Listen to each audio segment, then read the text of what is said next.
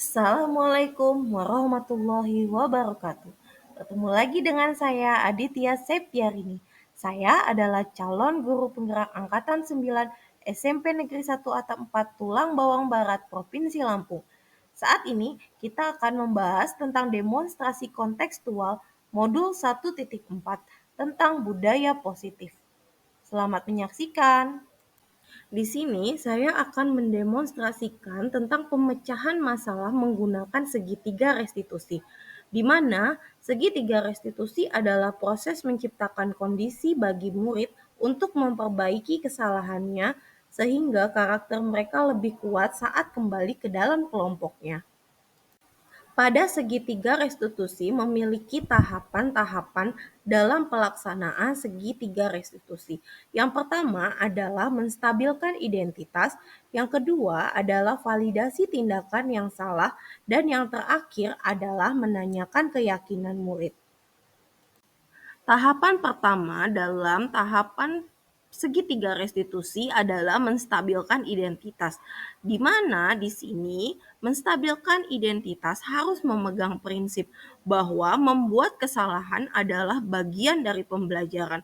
Tujuan dari menstabilkan identitas sendiri adalah menggeser identitas siswa yang merasa gagal menjadi identitas siswa yang merasa bahwa dirinya akan mencapai kesuksesan. Yang terakhir yang paling penting adalah dalam menstabilkan identitas, kita tidak boleh mengkritik siswa yang sedang mengalami gagal identitas karena akan menimbulkan kurangnya rasa motivasi intrinsik dalam diri siswa. Tahapan kedua pada segitiga restitusi adalah validasi tindakan yang salah, di mana prinsip ini berprinsip bahwa setiap perilaku berupaya untuk memenuhi kebutuhan. Guru akan membeser pemikiran stimulus respon menjadi proaktif. Kemudian, di mana validasi tindakan yang salah ini harus dapat mengenali dan memahami kebutuhan anak sehingga dapat memperbaiki hubungan antara guru dan anak tersebut. Dalam pelaksanaan validasi tindakan yang salah, pertanyaan dan pernyataan harus diutarakan dengan nada suara yang relatif rendah dan tidak boleh meninggikan suara. Tahapan yang terakhir adalah menanyakan keyakinan. Di sini, dalam menanyakan keyakinan kelas yang sudah terbentuk akan membangun motivasi intrinsik pada murid sesuai dengan peran kontrol guru yang paling efektif adalah manajemen. Murid akan menyadari tindakan yang salah yang tidak sesuai dengan keyakinan kelasnya. Di sini saya memiliki kasus yang pertama. Kasus yang pertama adalah Della, seorang siswi kelas 8 datang terlambat saat jam pelajaran tengah berlangsung. Della dengan tergesa-gesa masuk ke kelas. Guru pun mengizinkan Della untuk ikut pembelajaran di kelas. Setelah pembelajaran berlangsung, Della dipanggil ke kantor untuk menjelaskan kejadian yang terjadi.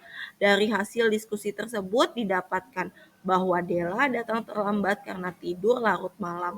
Della pun menyadari bahwa ia telah melanggar keyakinan kelas yaitu tepat waktu.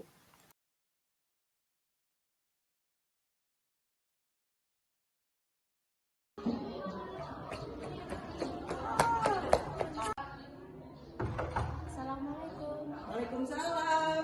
Dela, kenapa terlambat? Tadi malam ada acara kurang tuh, tadi banyak. Udah silakan duduk. Della tahu nggak kenapa hari ini Ibu panggil ke sini?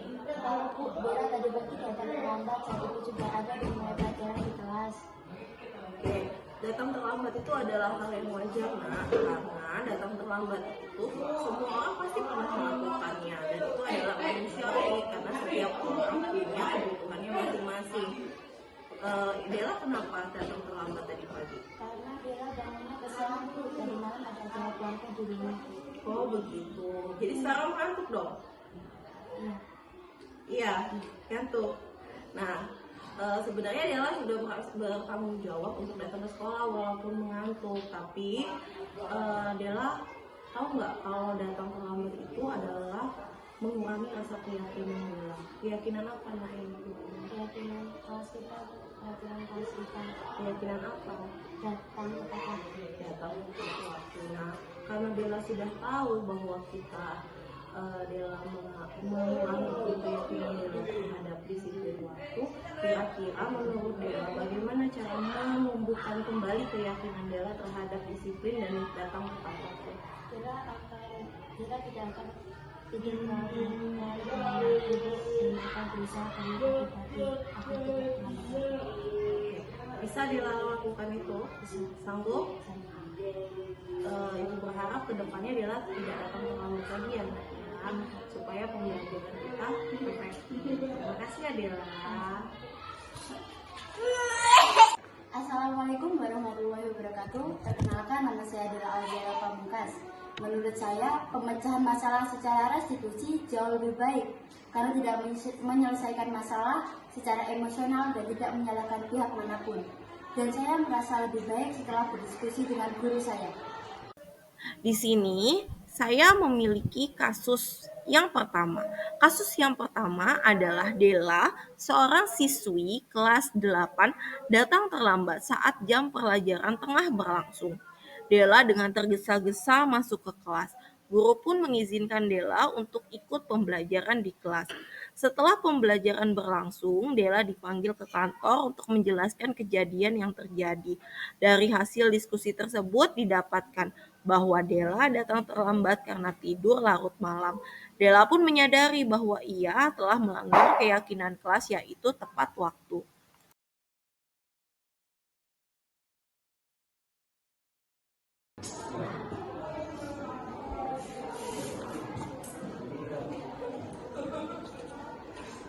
Zakia, Ki, bangun. Kenapa, Bu? Kok tidur? Saya ngantuk, Bu. Yaudah sana cuci muka dulu.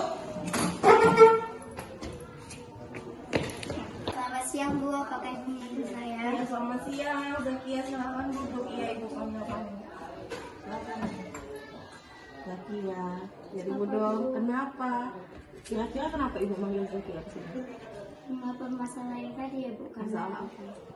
Karena Zakia tertidur di dalam kelas. Iya, tidur itu adalah kebutuhan ya.